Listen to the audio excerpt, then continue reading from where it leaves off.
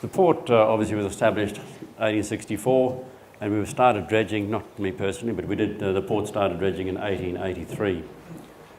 Interesting thing is the dredging was undertaken almost continuously, i.e. roughly 11 months of the year. There was always a dredge out there up until about the early 70s. And this dredging was by a variety of methods, obviously not the modern trailing suction hopper dredge we use today, but predominantly bucket dredge and cutter suction in the sort of the 40s and 50s onwards. We have quite a lot of dredging records, but they don't really discriminate. The older records don't discriminate between capital and dredging. They just said we dredged, this month we dredged X many tonnes, and we can't tell clearly which is capital and which is maintenance dredging. But clearly over that time to maintain the channel, you'd say the lion's share would have to be maintenance dredging. Placement was at a variety of locations, some of which is better recorded than others as well.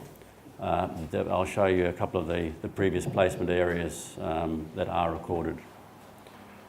And since about the 60s, an interesting feature is that the ratio of cargo handled through the port per tonne of dredging is actually increased about fourfold, which means, you know, for each tonne of cargo, we're dredging a quarter of the dredge that we used to back prior to the 60s.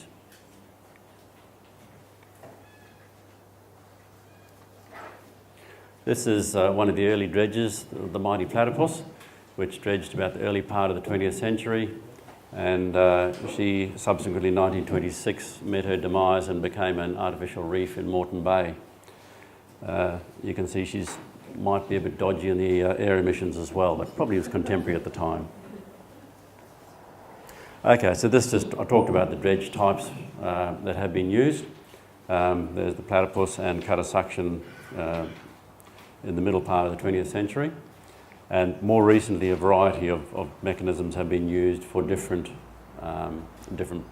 purposes at different times. For maintenance dredging at the moment, we use substantially the trailer hopper, which is the Brisbane. And for the port expansion project, we're talking about mechanical dredge, which is a variety of that. There's a picture of the Brisbane, which you would have seen. Okay, I talked about previous placement areas, and up until about 1980 there was an inshore placement area and an offshore placement area, and those two areas are no longer active for about the last 40 years. And the current placement area is that one in red, which I'm sure we're all familiar with. This is the 10 metre line, so it ranges in depth from about 12 to 14 metres. In terms of significant channel works, there are three significant, obviously there have been minor capital works over many years, but the most significant ones were in the early 1920s, when the Platypus Channel was widened to 76 metres. In those days there wasn't a sea channel because the depth required was much less, and so all that there was a Platypus Channel. In 1970s, the Platypus and then sea channel was widened to the current 92 metres, and in 1993 both the channels were deepened to the current 11.7 metre depth. I'll just talk briefly about our environmental approach, because it's something you don't hear about and you don't see a lot of. But I guess we see sound environmental management and stewardship is a strategic imperative for us. We've got a fairly clear view that going forward, to provide a social licence to operate, we need to manage our environment appropriately. We have a shared interest in the health of Cleveland Bay. The port has many things in common with a lot of people on Magnetic Island, in that we are interested in looking after Cleveland Bay.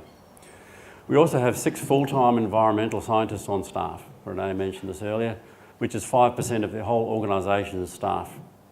Interestingly, we have as many environmental scientists as we have engineers. And we spend about $1.5 to $2 million a year on environmental management, monitoring and research. It's normally about $1.5 million, and then if there are capital projects going on at the time, that bumps it up to around $2 million.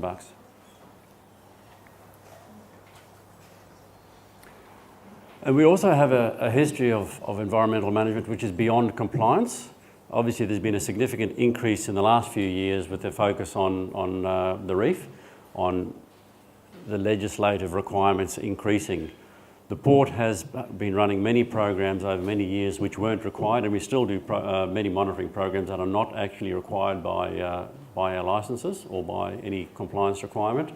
But we do those because we see understanding of our impacts as a very necessary part of managing them. We also support research and the application of emergent knowledge. Some of the things that have happened in recent times has obviously been development of technologies for instrumentation. We've got a buoy at the moment we're trialling which telemeters real-time data back, and which ultimately will be put on the web. We've spoken about this previously, but that's a technology that's more recently become available to allow better transparency of information. So as things come along, we're keen to take on whatever new knowledge and capacities there are.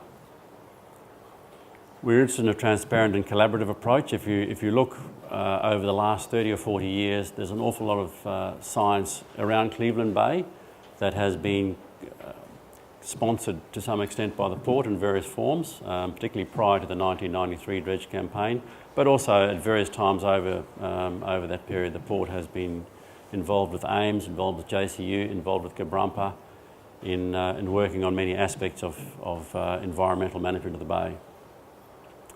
And the port is actually currently subject to more than 1,000 individual licence conditions under which we must operate by various regulatory authorities. And I didn't get the red hat. Thank you.